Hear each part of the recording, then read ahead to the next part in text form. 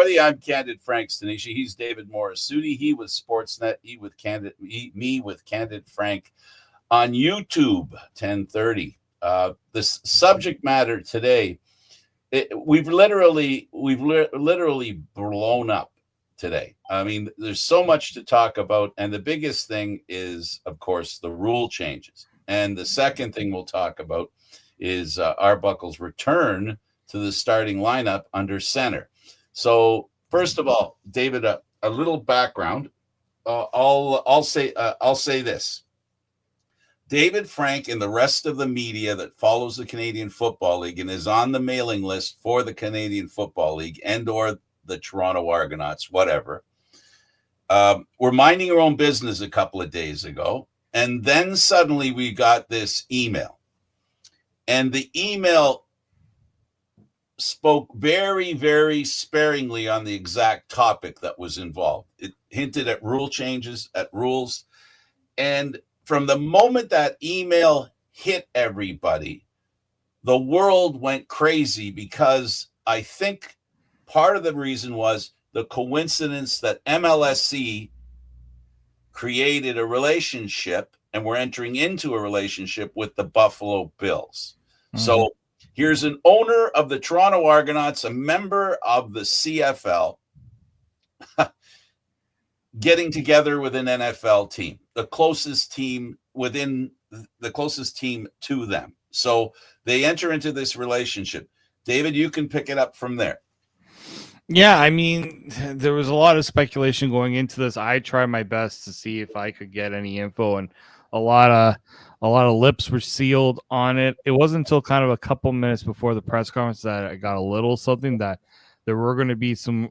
We knew rule changes were coming, but that it wasn't going to be anything in terms of the.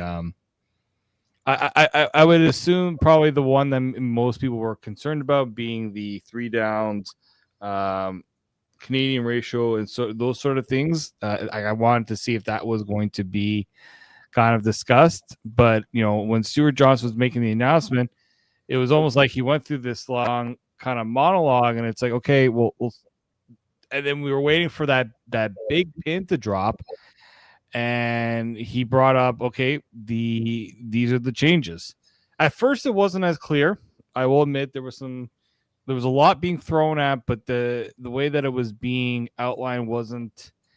It needed more of a visual, which eventually they did put the visual. We did get a release from the CFL unveiling the 2-step change in terms of the rules and field dimensions and those sort of things. And so I think to some there was obviously some intrigue into what the rules, what the changes were going to be and what they meant. And for some, it was almost like, okay, the 3 downs that a lot of people were, concerned about, like those sort of things were kept in line. So, and I know that we'll get into the kind of the reaction to everything, but yeah. So essentially, do you want me to run down everything that's being changed?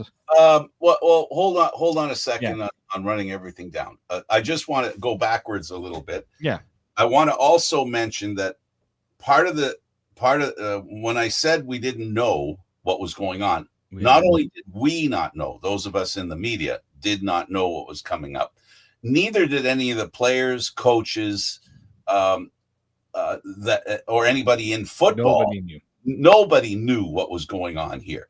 In fact, now that the reporting has begun, and I've had a chance to do a little bit of research and a little bit of listening. For example, the coach and the players of the Toronto Argonauts did not know what was going on till about an hour before the announcement. Correct, David? No, yeah. So the thing is, the Argos were practicing, so they wouldn't have known really anything until after the fact. I believe some of the front office people were given a little bit of a heads up that something was coming. But not to the full. I don't think they got the full picture until it was fully announced. Like when I talked to Ryan Dinwiddie yesterday, he said like they knew something was going to be changed, but they didn't have the full scope of it. So like they really didn't want this stuff to be leaked. Now, when you have things like that happen, it also invites a lot of Speculation. which A lot. is exactly what happened, and did let's just say a lot of work being thrown at different people, and some of the state people who had more stake into everything were pretty saying, let's wait and see what the commissioner has to say before we, go all essentially make sure that Let's hear what's going on. Exactly. Let's hear what's going on first. Okay. And what I'd like to do as well is that the CFLPA, that's the union, the players, had no idea what was going on. They were just the same in the dark as we were.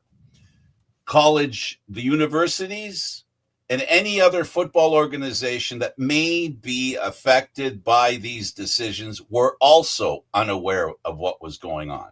On the flip side of that meant that none of them were consulted either, David.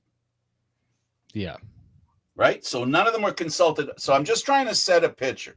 So now I'm sitting in the Hotel X in this beautiful big ass room with beautiful marble everywhere, water that runs underneath the floor, beautiful place. Big screens referring to the CFL. Anybody who's ever done anything with the Canadian Football League and probably may in the future do something with the Canadian Football League was there. They were all there.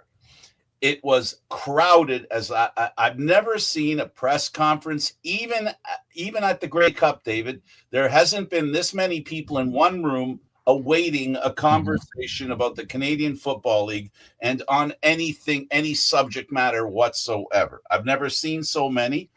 And this excluded, I want to underline this part.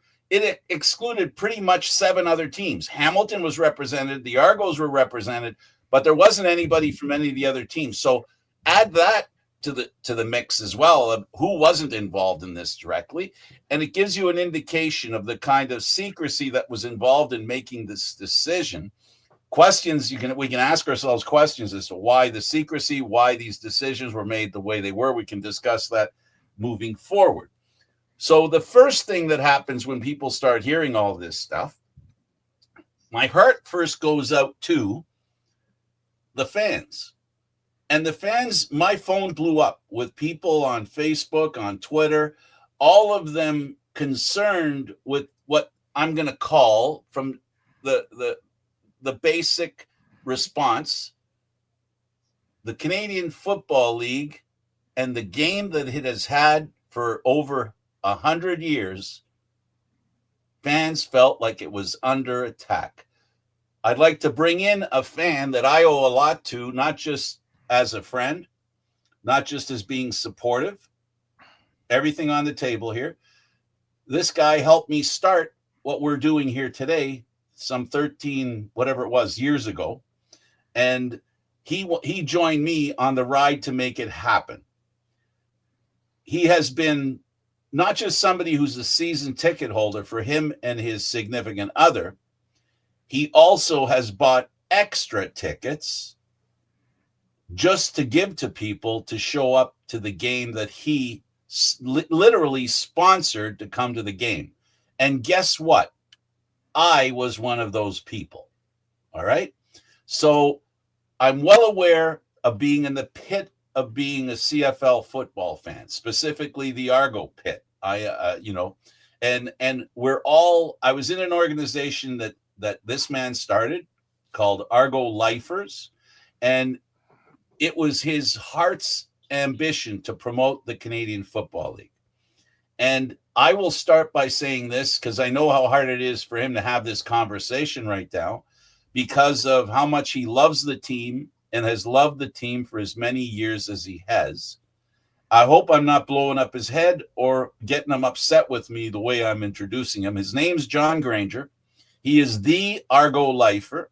He is the man who banged the drum at the Argo games until the drum disappeared. So am I lying? No, you're not. You're choked up and clamped with that intro. I really appreciate that, Frank. You're welcome. You're appreciated. I love you. You're a CFL brother to me, and I appreciate everything you did for all the Toronto sports fans that didn't know football, that got the invitation from you to come check it out. All right. And first, the boat logo return. That was one of the main things that we wanted the Argos to do. And we spent meetings with the top of the Argos before MLSC owned them, and even after, where we wanted to return the boat logo to, I think, its rightful place. And right. John led that charge. Well, enough about me. let's dive right into it. Nice to meet you, David, too. Listen, this affected probably a lot of CFL fans across the league, like myself, passionate fans, and I've met a lot of them. And I'm one of those clear-minded, let's look at the future, the vision of the CFL and what's best for us. And I'm okay with the changes, except the 35-second play clock. That's the death of this fun league. And I call it the Canadian Fun League, because that's what makes it fun. It's the play clock that we get to see those last-minute drives and those last-minute first half chances to get a field goal down the field. You know, it is so unfair to hear the commissioner say, by the way, let me give you an example of the Eskimo-Hamilton game that finished. That ending, we don't want to see that again in that manner. And I'm thinking, what is he talking about? And he said, well, you know, there was a minute and 12 seconds and change left on the time, and it took 9 minutes to finish that minute. Yes, but the entertainment value was left on the field. You didn't kill the fan time of watching the live clock go down. So that means that I love those kind of finishes. I don't mind it taking 9-10 minutes for a 1 minute drive to take down the field. Even if it's not my team, it was exciting. Well, guys, all of that is gone. All of that is gone. And that's what sickens me. It to the core. I can't stand watching NFL games with the 40-second ticker going off. It's like we know in the last 5 minutes there's 5 plays left. That's it. That's what makes the difference in the CFL. It's never over until it's over. And it's incredible how many games, even this year, have gone down to the last few minutes where that will never happen again with the 35-second play clock. And all these mouthpieces talking on the behalf of the CFL and the analysts saying that, no, this is great, they'll speed it up, blah, blah, blah. Bullshit. This is all about the TV money time that's involved here. Because our play clock extends the game for the viewer, not for the time slot.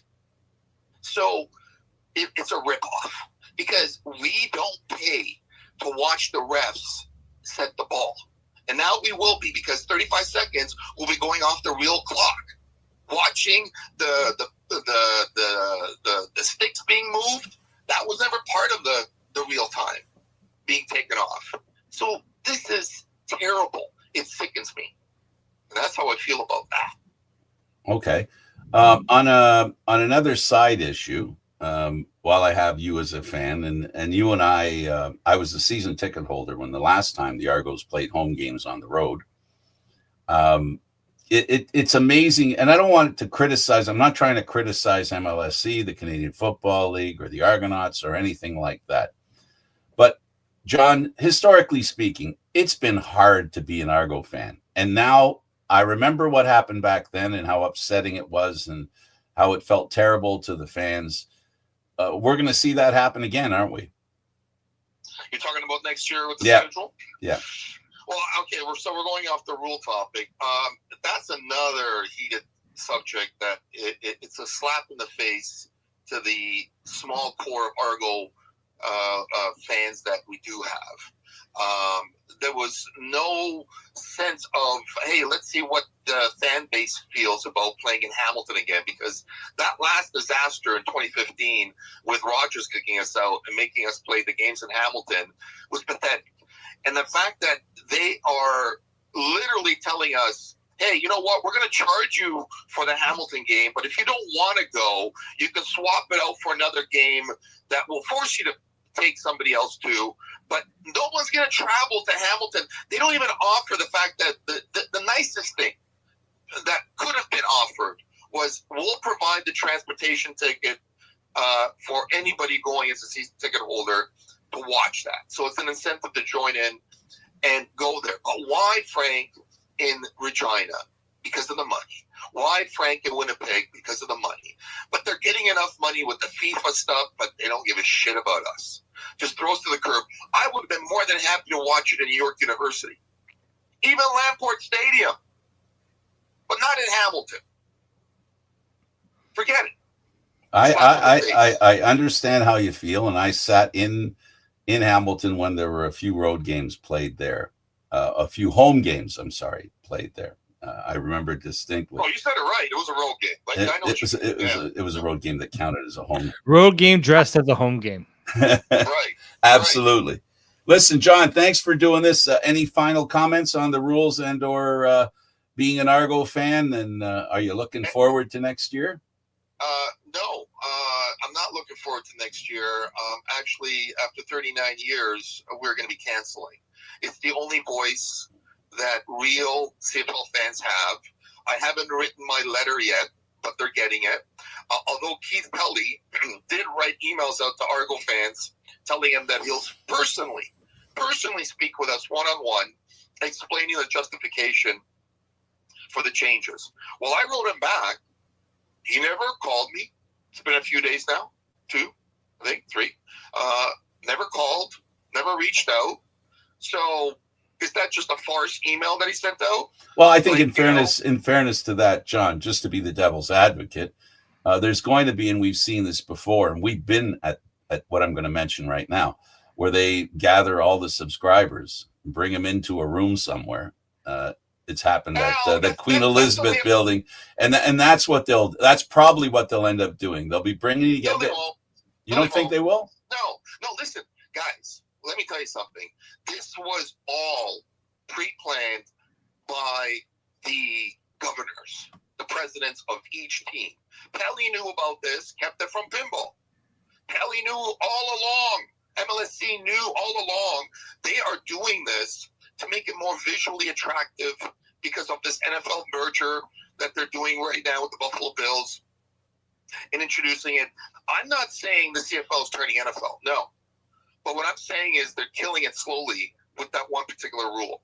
I'm okay with the field goal. Look, the field goals were a unique kind of a characteristic attraction as a fan because I saw it as an obstacle. That's another guy in the field the quarterback has to play around. But no, visually, it's not nice on the cameras. Okay? Yep, I hear you. You know, it's ridiculous, but I can live with those rules. I can live with the shorter field. All of that, cosmetics. But ripping us off on plays in the game. Because, do the math. 105 seconds, 3 plays. How many more plays can you get in with a 20-second clock, with a 24-second clock, whichever one you want to start the CFL one? We're losing plays, guys. Yeah, well, okay. Well, listen, I respect your opinion. I wanted to give you a chance to vent and to give your opinion, and I respect your opinion. And it's not coming from somebody who's a passerby to the Canadian Football League. Listen, I love this league. I really love this league. When Hamilton was suffering back in the Everwin days, we bought season tickets just to support them. I love this league. I love the Toronto Argonauts. Out of all the teams in the city, I support this team only. My wife and I, she's a season ticket holder for Leaf games. That's how I met her. Okay, and she's dropped that. We just became Argo season ticket holders. It's the only value ticket. It's the only ticket that we enjoy going to. It's entertainment at its best, even when we lose, but not like this. So after 39 years, that's it. Unless they change at some point and say, we're going to leave that. Because, Frank, it's not fair to say we're going to put the rule in, and then in the last 3 minutes, we might fiddle with it. Yeah. See, I don't want to put words in your mouth or words in any fan's mouth, but I'll make a guess here. What will go a long way, and this is a suggestion I have for the Argonauts and the Canadian Football League, they're going to have to meet with the fans in a way that they invite the fans wherever it is they want to invite them, and to at least listen to the fans and understand the reaction that they have. But John, here's a suggestion I'm going to have. Having said that, that's something I really believe they're going to have to pay attention to your feelings and what you have to say. But I'd also like to say, because you represent the fan reaction in general, not specifically, the other fans feel differently about different things that are changing. But the one thing's for sure, this is fresh. And usually when things are fresh, we need time to wrap our heads around stuff. And what I called for originally driving home, because I was getting texts and I on my phone while I was driving home, and I didn't want to look. So every time I stopped at a red light coming from Toronto, I'd take a look. And what I'll say is this, is that it may not get good enough to be better, but I do believe that once we wrap our heads around this, if they follow through and do it, the one thing I've learned about the Canadian Football League is they've thought outside the box. And what I said to the commissioner before I said goodbye to him and said, thank you for inviting me, I said, Commissioner, I got the tagline for this thing. For the first time, we've got a league thinking in the box, because that's what this was all about. Now they're thinking in the box, not outside it. They're thinking about what happens in that box. And that's all I'm going to say, John, is that, and David, is that they really think these changes are going to be more attractive. And I don't think it has anything, I disagree. I don't think it has anything to do with the NFL, zero to do with the NFL. I think it has to do with presentation. Now, you might have something there. It wouldn't be the first time that the league has changed some rules or the way they do things to accommodate a 3-hour window.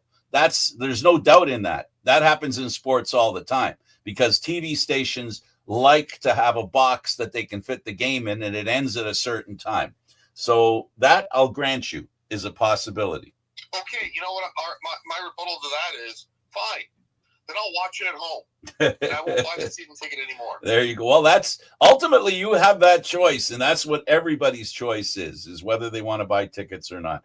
John, thanks for doing this. I know how passionate you are, and I know how much you're holding back, because you're a lot angrier than people realize. And I appreciate you being so willing to have a decent conversation. Thank you.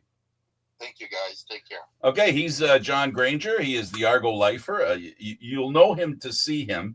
And I made the mistake of not posting his picture. I had his picture. Maybe in memoriam, I'll put it out. I'll put it out there. It's something, David, that it's a feeling that he has, that many other fans have, because change affects people sometimes more than it should, because time sometimes helps those changes work out better, right? In time, they don't seem as impactful. Look, I do think that there are some points that John brought up that were very valid. The changing of the clock.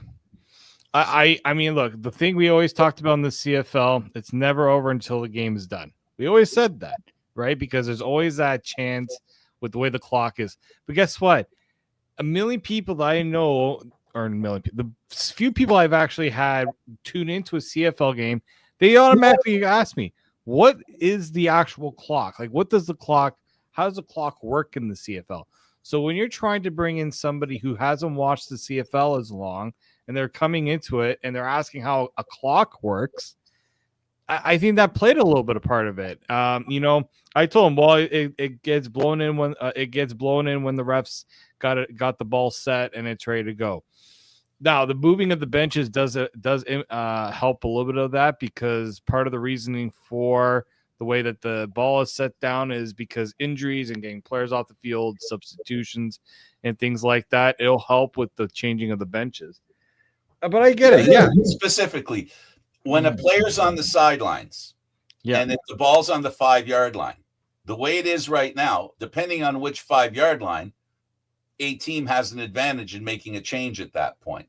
What this does, it gives the team on each side of the field the opportunity to set up along outside the boundaries of the field and work their way onto the field from a position directly diagonal to where the play is. I'm sorry, I just wanted to be Win McManus made a very good, and we're going to play that comment. We're going to. There's a comment that you're going to hear from Win McManus is going to make a lot more sense with this change as well. But here's what I'll say. I understand where the fans who are in the stands say, "Well, why do we care about why should we really care about the TV product?" Which I understand that, but guess what? Guess where a lot of the money, most of the money comes from. A good majority. If you wonder why all these leagues are increasing salary in terms of the salary caps and what players are earning, it's because the TV deals are a lot more lucrative, and that's easy revenue that comes right in. TSN has been pumping money into the CFL, pretty much keeping the CFL going for a long while. But it's also about you're trying to bring in other partners. So if you want to bring in like a CBS is doing it right now. Well, if CBS is playing a CFL game, and you're never going to get an exact time for each game. But if you go in and you say, it might end at 4:15, it might, or let's say a game starts at 7, it might end at 10, it might end at 10:15, 10:20. Sometimes that doesn't work, right? It only will work, guess what? If you have a streaming partner, like an Amazon. Or the time slot is open-ended. Right, exactly. And not many of them have that much of an open-ended time slot. And in the CFL, we've seen in some cases, they go from one game right to another game. They don't have a lot of time in between to also analyze the game as well. So there's probably a little bit of that too. I look at, and I'm still seeing reaction from this. Like, this is probably you talked about this, Frank. This has brought in such attention. Now, I don't think this is the reason why they're doing it. I don't think the reason why they're doing it is to generate buzz. But boy, oh boy, did it generate buzz. It sure. What I'm just seeing is, people are. I've heard two sides of the story in that people who come to me and say, we need to get more people in the stands. We need to get more eyeballs in the CFL.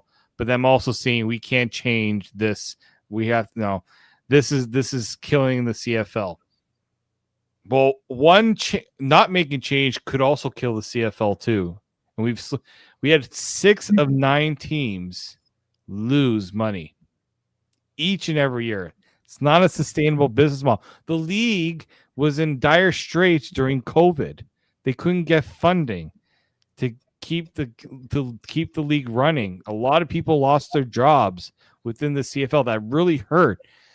So I don't mind the CFL saying we're making these changes and looking to make the product that much better. Now, the 55-yard line, I get it. That's something that's been synonymous with the CFL forever. To me, I see it, and in some cases I will miss it, but in other cases, just like it's not a hill I would die on and get upset about and be like, that's it, I'm done, right? The moving the goalposts, to me, that was such a sensible option because, again, there is a bit of the TV part to it. It looks visually better, but guess what? CFL quarterbacks, CFL offenses love the middle of the field. They love attacking the middle of the field, right?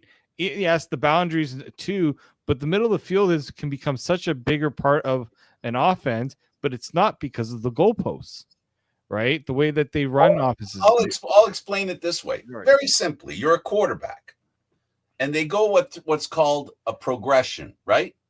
And the progression is basically this, all right? Gets the ball, and he goes, I'm slow motioning it here, right? Goes like that.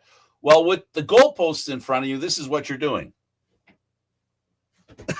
It just doesn't make sense. The goalposts. Or if you're backed up in your own end and you're dropping back. Absolutely. Look. And what they've done is they've taken away the yards, the 55 yard line. But what they've done is they brought the field being used 100% of the time, 100% the way it's intended. If one considers the playbook as an intention, and that intention is what you're trying to execute, when you say, all right, now you're on the 5 or 6 yard line, and now you got to throw through goalposts, what good is the playbook? What good is it? So at the end of the day, this creates an opportunity that no matter where you are on the field, offenses have a shot, and they're not struggling to be offensive. And the league wants offense, right? And as far as the less yards are concerned, these are just quick things. I'm going to less area to be traveled, right? To be able to get a touchdown. You have an extra 10 yards you don't have to worry about. So that helps with the offense. Like it or not, that helps with the offense too. So there's a lot of things that are important. And I'm going to take this time. We're going to and David's got to help me do this because I don't know how this works. If I just hit double click on that thing, it's going to show on the screen. Just click it once. You shouldn't have to double click it.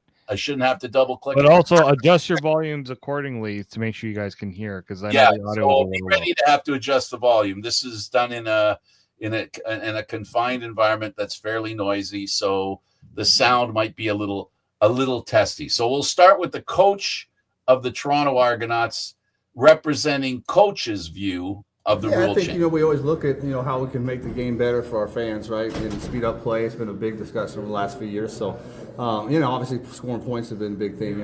A few years ago we weren't scoring that many points. So I think anytime we look at, finding ways to make it more exciting for our fans, we always got to look into that. All my American friends, they love watching the CFL, right? They find it more exciting than the NFL. Even myself, I love college football, but sometimes I watch the NFL and I'm going, this isn't as exciting as our league. I mean, our games always come down to the end, and you look at our games this year, it's almost the last drive, each week. So that's pretty exciting.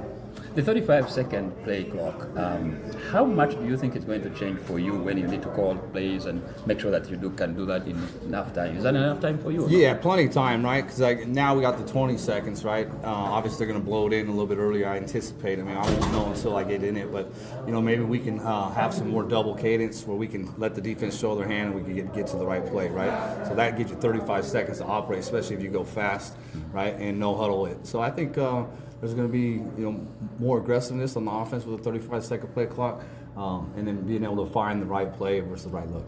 What do you think you're going to miss when they move the opponents to the other side? You strike me like somebody who likes to engage your opponents when they are closer. No, not really. I've been pushing for that for a few years, right? And it was obviously a financial thing, but I think it's better, right? So we didn't have anything that happened like 2 weeks ago. So I think that's gonna be good for the league. Yeah, we'll see. I think moving the field goals back, right? Now we got to be pretty smart as attempting some of the longer ones, right? So maybe that might lead to some more points as well off missed field goals and returns. So, we won a game off the Rouge, we've lost a game off the Rouge.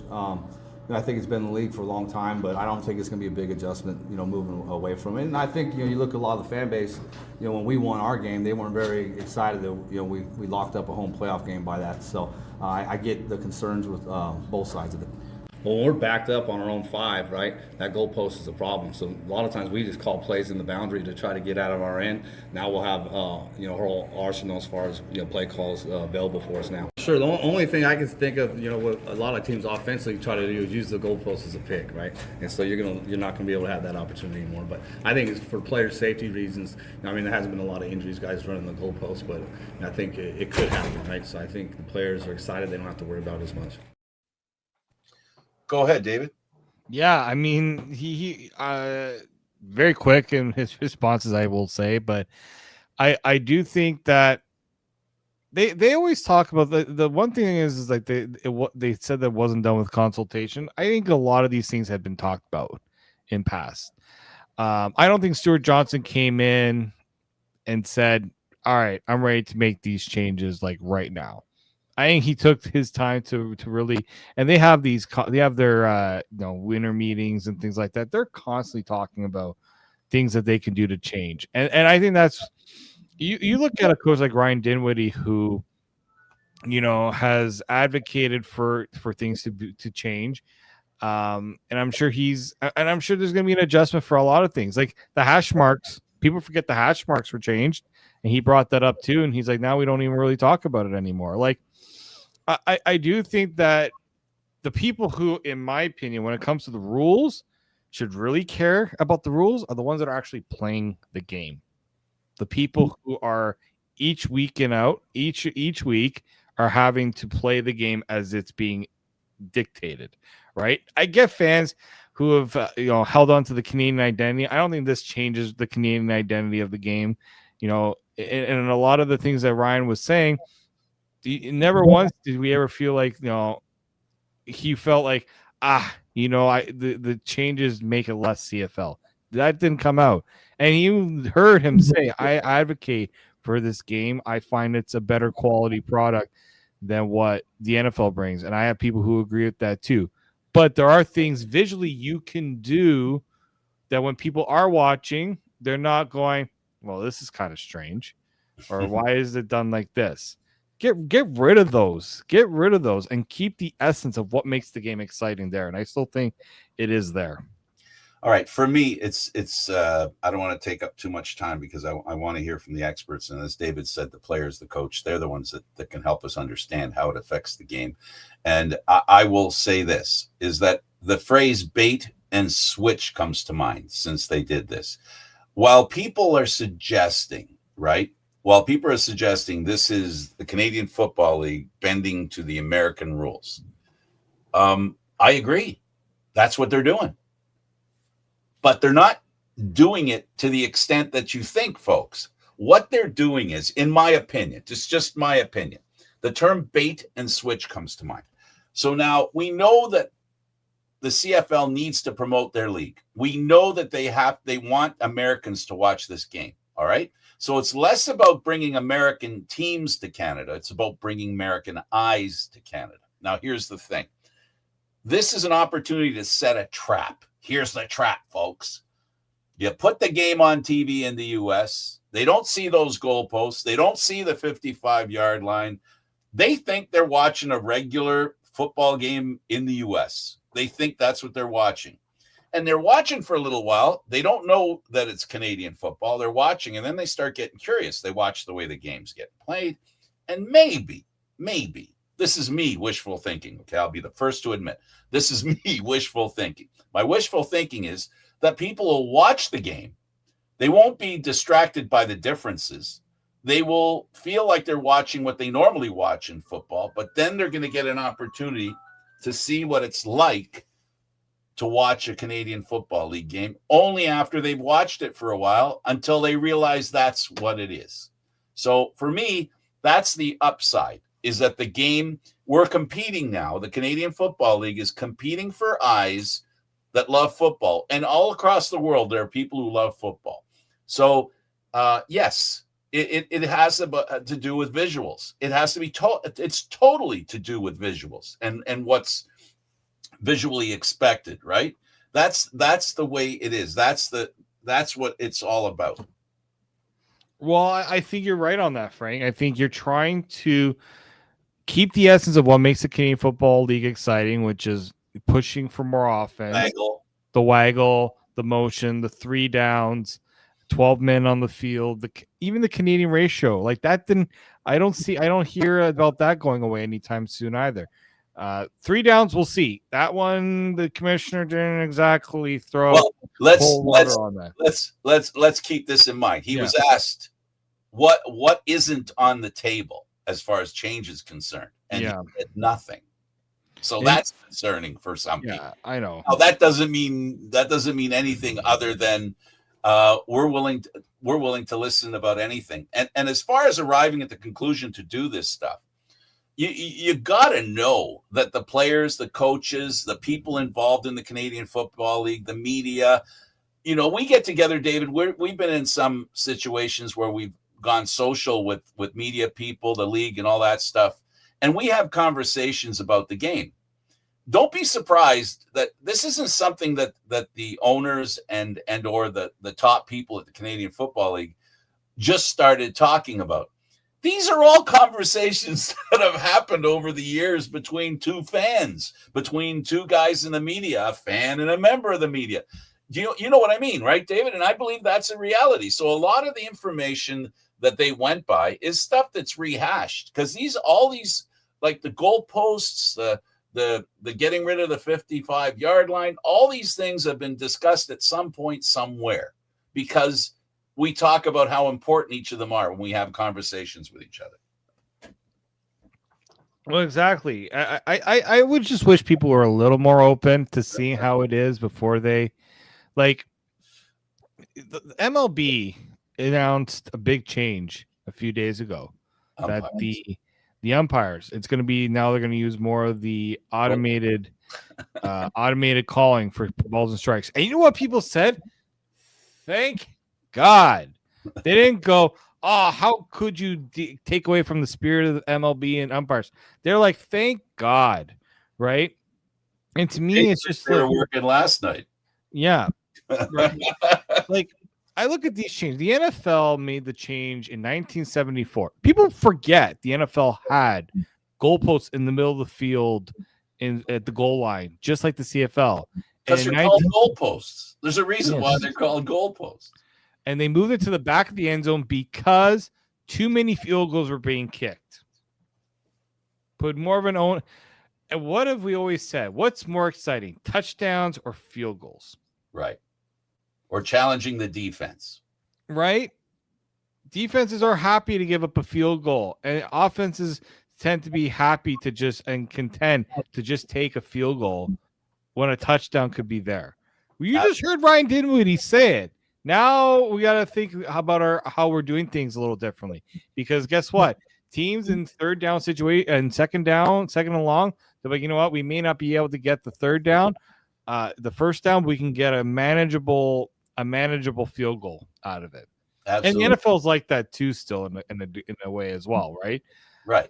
But I just look at what they've changed, and somebody actually put up I wish I had the graphic, but somebody put up a graphic saying this is what's still different in the CFL versus the NFL, and there's so many differences. Yes. To me, it's still different enough to be Canadian in my mind. Yeah, well, I've said something forever. What makes the Canadian Football League different than the NFL? But I'm going to let a player tell you later on because he says it. Mm-hmm. Let's go to Wynton McManus, a defender, because most of these changes have to do with making it easier for the offense. I mean, if you're taking away 10 yards of the field, you're making it easier for the offense. Is that a fair statement? Right? Moving the goalposts. So when we heard Ryan Dinwiddie talk about the game plan changes because they're behind the goalposts. So let's hear what a defender has to say about this very topic. It's going to make for a pretty exciting game. I think it's going to open up the passing game a lot more, which I like. A lot of opportunities to kind of make some plays. I think it's going to be interesting, though. It's going to be a new look for the league, a new look for the game up here, and, I'm with it. I say to them, I would just say change is necessary a lot of times, and change is needed for growth. It's going to take some getting used to, yes, but you'll be fine. It's just like, getting a new phone. Apple updates the iOS all the times, and you hate the new update, and then a few weeks later you're used to the update and you don't remember the old update. So I kind of think it'll be one of those things that once people start seeing the games being played and then still just having that excitement behind it, they'll forget all about it. I think a lot of these changes are going to end up being something that we look back on and we think that they were all necessary. What are the rules that make this game unique that you fall in love with? For me, the waggle is kind of weird because I'm a defensive player, but I've learned to study, the waggle and learned to study how those players attack the line and, what they're doing from some of those things. And I think that's what really makes this game, unique and different just to the naked eye of watching the game. And, for me, that's one of the things that I've grown to enjoy and I look for. When I watch a NFL game or a college game, it looks kind of weird to me now not seeing, people moving and players waggling and people moving, things like that. But for me, I think that's one of the better things in my opinion. David? It's like we just introduced that statement by him, right? He just was echoing what we said earlier. Yeah, here's the thing. Win McManus, I understand he's American, so people are like, why should we listen to an American's opinion on things like that? Because I know there's some people out there like that. But this is a player who has made his living playing the CFL game. This is a player who has called Canada, has called Canada home in a lot of ways. He's been here for a long time. He has a good tie to this game too, and that's where, I understand that the angst about this is but we're talking about, looking at ways to evolve, right? Every sports league has found ways to evolve and change for the betterment of its future. It might not be popular to do what needs to be done, or at first. Or at first, right? There's that point too. I get that, but in the long run, Stewart Johnston said the numbers, the analytics suggest that this will actually benefit this league in the long run, right? They didn't just make this decision because let's throw this out there and let's try. They studied it, they researched it before they came to this conclusion, and that was important for me to hear. This isn't just because he one time tried to throw a ball in the end zone and he hit the upright. I heard that story and people were like, "Oh, that's what he said." Be a better quarterback, as well. I heard one person said it's just like we have seen a playoff game end with a doink off the goalpost. That shouldn't happen. That stuff is avoidable, right? And I get it. Just because it's cute doesn't mean it's good. No, exactly. That's something that makes the Canadian that was interesting, different. Wasn't it? All right, they're going to the playoffs. We're not. It just to me, why have those silly things? There's a lot of things that the CFL does that I am not a fan of. I brought it up on here. Sorry, but it's the essence of the game still is important to me in that regard as well. There's more to it than just these points here. Anyway, Wynton McManus as a defender talked about the waggle. That's all I'm going to say. He loves the waggle. He loves the challenge. And so as far as advantages are concerned, there's advantages. But really what's important is if you can't listen to a defender talk about the offensive advantage that an offense has, and he still and that's something that he loves. He loves something that he's competing against that makes it harder for him to defend. How can you suggest the Canadian game is disappearing? Because the waggle's not going anywhere. There's going to be, maybe it depends. This is a pendulum moving, right, David? It's a pendulum moving that they're deciding to change the game in certain ways. There's going to come a time when they go too far, and it's going to be visited by a lot of people who are going to fight back. This could be the moment, but only time will tell. And the real test is real time. And real time is, let's see what this does. If it's a complete failure, do we go back or do we sit here and cry about it? Well, the league has made a decision, and I'm assuming they don't want to go back, and they don't want to make decisions and go back. So I'm taking the wait and see approach. Of course. You don't have in some ways you can't just be totally, this is amazing. It's going to be amazing. We gotta wait and see a little bit too. Absolutely. Let's hear from Dejan Allen. As a Canadian, what did you think of when you saw the changes? I thought, I'm always an advocate for change. I feel like change is growth, and as an entertainment business, I feel like that's what we need, and the management has a responsibility to grow the game. And if that's what they feel like is the right answer to make this a better product on TV, on the field, then all I could do is play ball, right? So I think I'm all for it. I think it's a good thing that they're willing to make those drastic changes, and says a lot about management, and I'm sure they did their due diligence and their research and everything. So Yeah, definitely. And I think, the game and the field, the Canadian field definitely has a unique look to it. This does change that a little bit. So I can understand how there might be some people upset about it. There's never going to be 100% unanimous agreement to such drastic changes. And so feathers are going to be ruffled. And I understand that. So I've been reading all the comments, and I've been seeing the people who are pretty pissed off about it. And I understand. But again, change is good. And if this does grow the game, all the fans are just going to be that much more appreciative of it. Yeah, Dejan Allen. Sorry, Dejan Brissett. Brissett. Yeah. Oh, It was there was a mistake on that. It was Dejan Brissett of the. Okay, my bad. Well, But he's a receiver. He's a Canadian receiver, and he's played both games. He's played in the NCAA with the American rules, and he's played the Canadian rules up here in the CFL. Right. He's somebody that has an important, he knows what this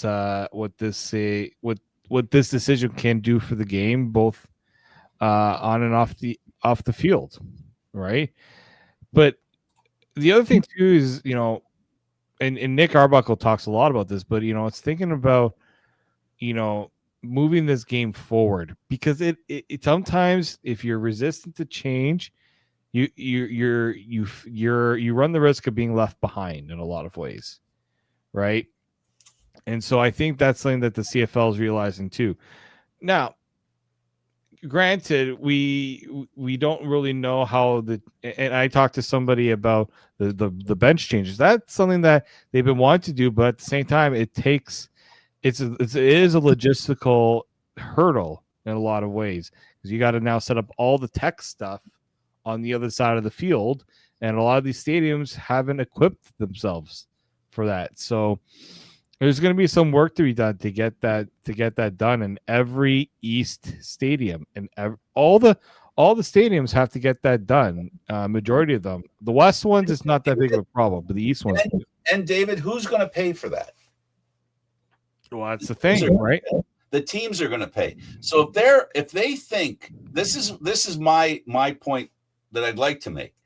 If the owners are accepting expenses that they're going to have to pay, and David mentioned earlier how many teams are not making money, for them to be willing to spend money, trust me, they're not spending that money if it ain't going to benefit them in somehow. And it isn't about joining the NFL. That ain't it, because there ain't going to be Toronto can hope and pray that they get an NFL team. They have an outside chance, a very deep outside chance. There are a lot of cities in the U.S., and the way the U.S. environment is right now, trust me when I say this, putting a Canadian team in the NFL right now with that environment, I find it very unlikely.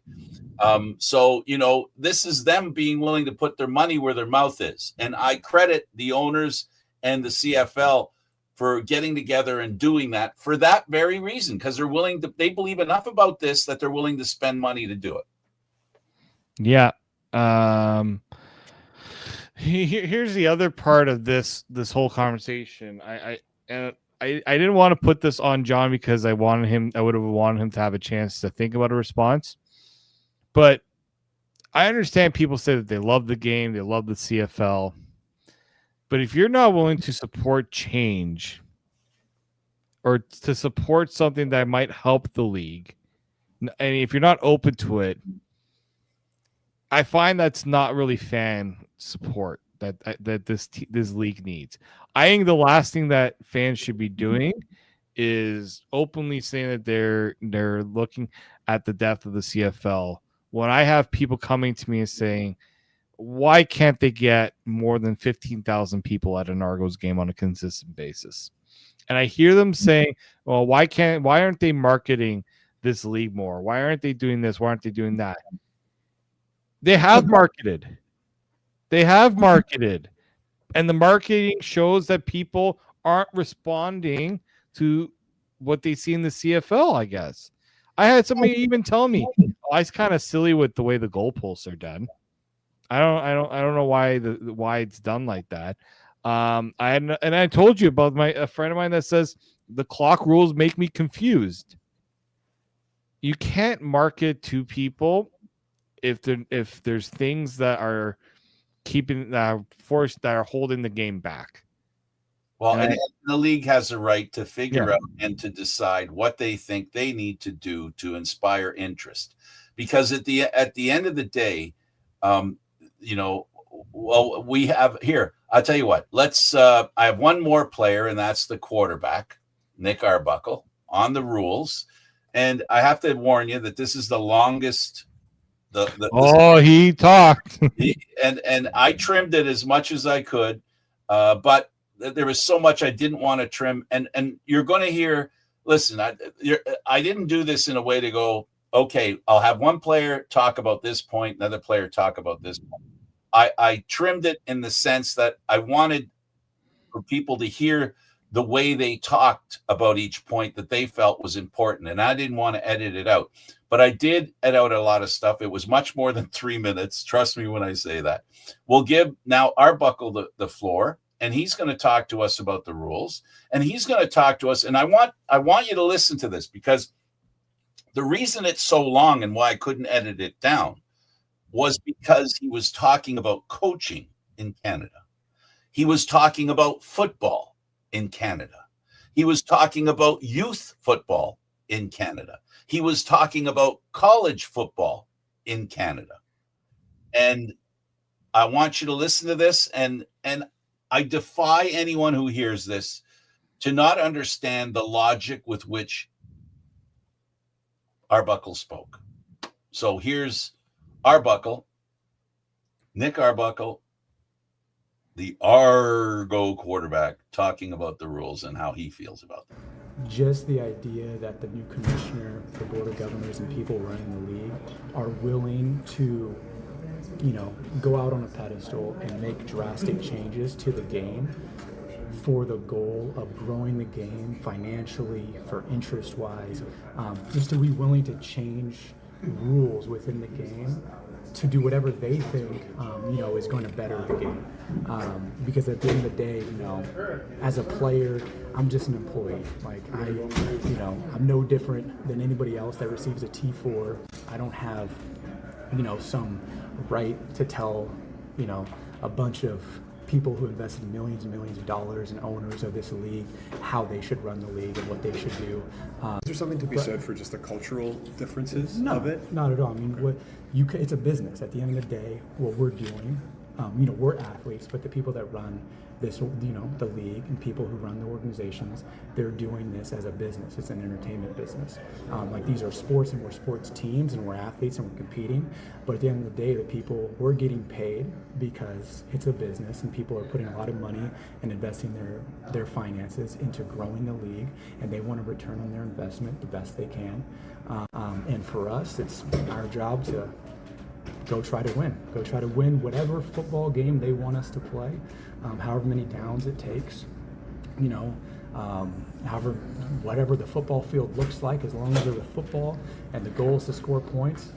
Our job is to go, take that and go try to do whatever we can with that, find the advantages we can with the rules and the field that we're given, and go have fun and go try to entertain people and play and compete and do the things we love to do. I've been coaching and training players and kids, from 10-year-olds to 18-year-olds and college players, for years now. My kids were born in this country. I think the most unique thing about Canadian football is that we have football being played in Canada. I think that's what makes it Canadian.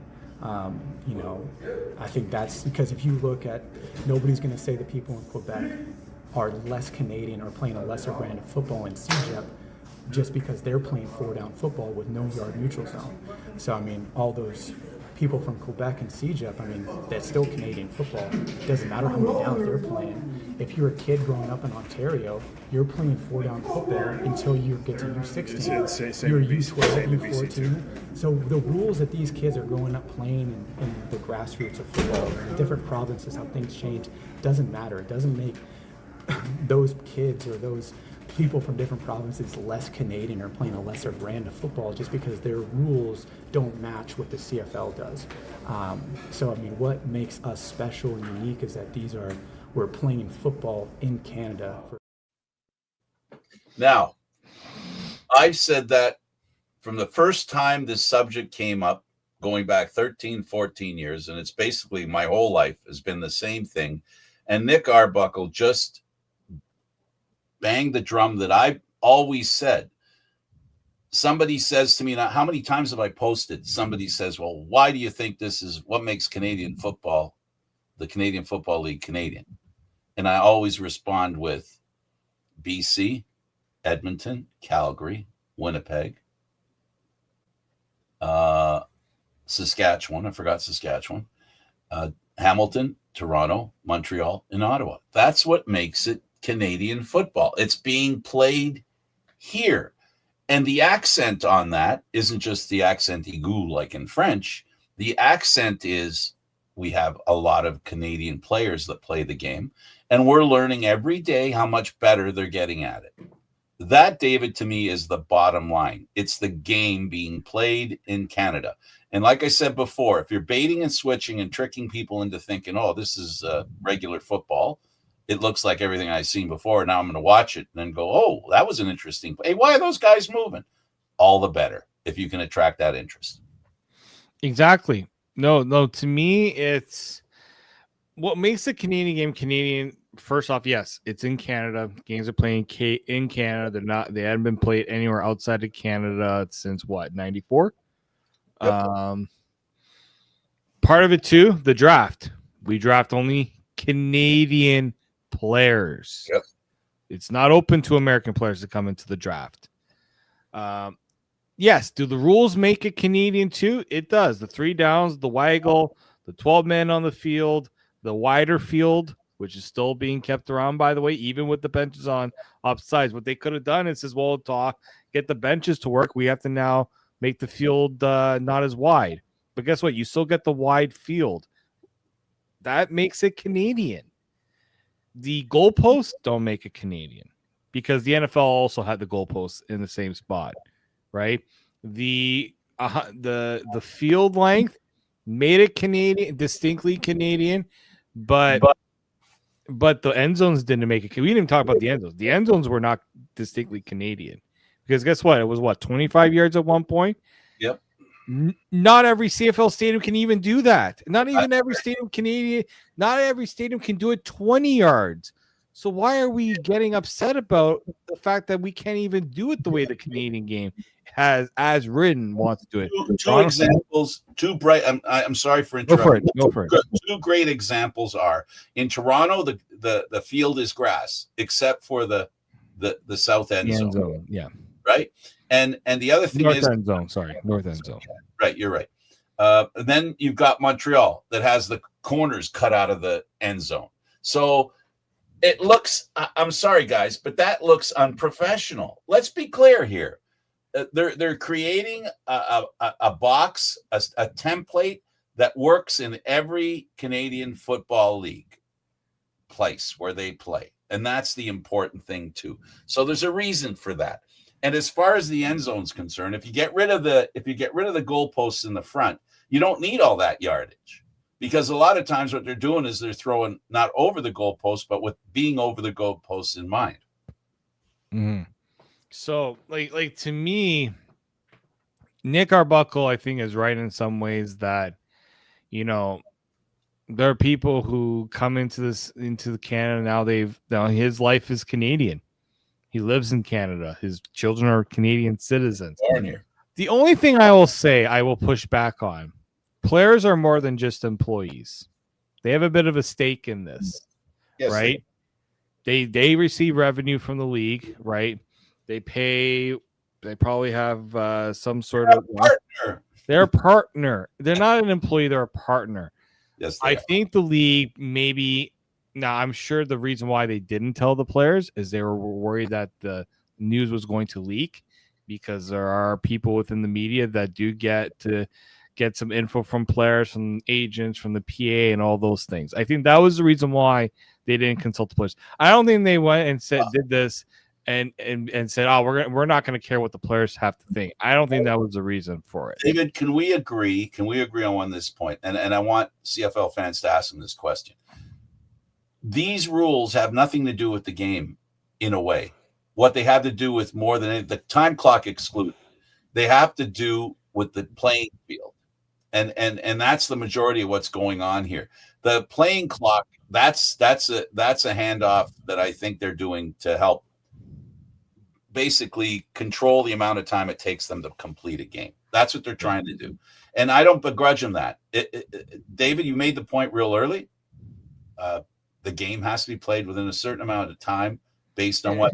And it has to have a better flow to it too. Because yes, while the end of the games are great, there are times where a big play happens late in the game and you're pushing, and then it's just like everything, you get the excitement and then it kind of you lose it. You lose the atmosphere a little bit.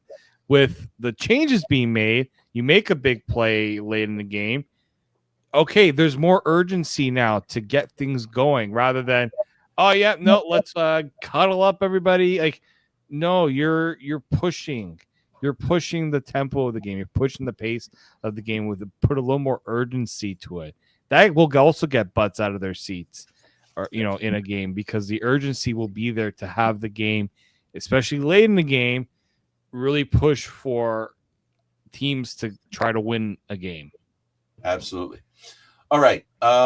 In conclusion, I'm of the wait and see. Add everything up. That's my first thing. My second thing is, not all Canadian football players in this country play 3-down football. Mm-hmm. We heard that explained. So there is a different brand of football being played other than the Canadian Football League. The Canadian Football League isn't by definition how football is played in Canada.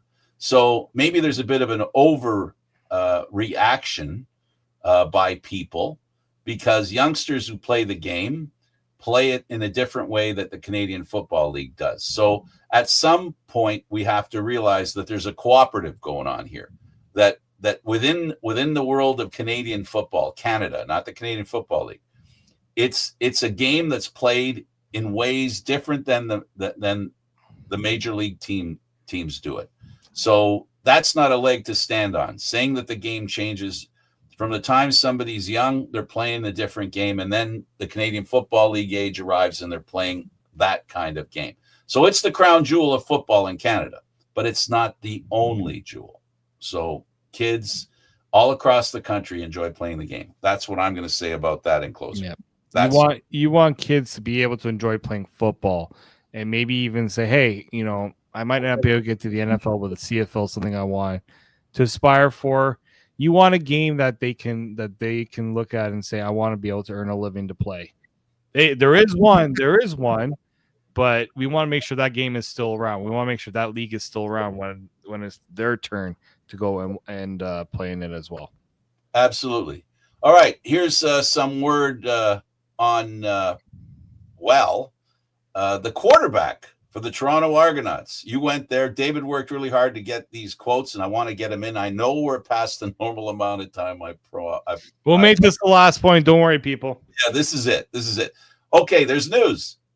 Nick Arbuckle may be starting the next game. And thanks to David, here's what the coach had to tell him. When we're backed up on our own 5, right, that goalpost is a problem. So a lot of times we just call plays in the boundary to try to get out of our end. Now we'll have, our whole arsenal as far as, play calls available for us now. Sure, the only thing I can think of, what a lot of teams offensively try to do is use the goalpost as a pick, right? And so you're not going to be able to have that opportunity anymore. But I think...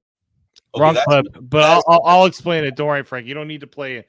Okay. Essentially, Nick Arbuckle played he had about 60% of the snaps at practice on Tuesday. Looked pretty good. Ryan Dinwiddie was actually surprised of how good he looked moving around. So if he responds well to practice, they think he'll be good to start on Friday. And Arbuckle said, I got Arbuckle here. Given the injury, I wasn't even going to be able to kind of be walking right now, let alone like running and being able to play. So. We'll see how kind of that progresses and being able to, get to a full practice or, have that confidence and be cleared and things. But, just be able to do anything right now. I was on crutches like 5 days ago. And so where I'm at right now has just been an absolute blessing. I think it's, gaining confidence in the movement, understanding that, you know, if you're protecting yourself subconsciously in the way you move, you're not only risking injuring, re-injuring that part of your body, but injuring another part of your body. And, you know, everybody's fully aware of the risks of, you know, that comes with calf injuries and what those can lead to. So, you know, there's obviously caution in that, and you got to make sure that, you know, I can move and react to a chaotic environment without subconsciously trying to protect myself or protect a muscle and, you know, running a different way or exploding a different way that can risk further injury. There. Okay, now you got the floor, David. Sorry. Yeah. It wouldn't surprise me if he starts this week. I mean, it'll surprise me in the fact that I didn't think he was going to be starting. But, you know, the Argos need him to start. We saw it, and especially against the BC team that pumped the Calgary Stampeders like they did. They're going to need him to start if they want any chance to win that game. Absolutely.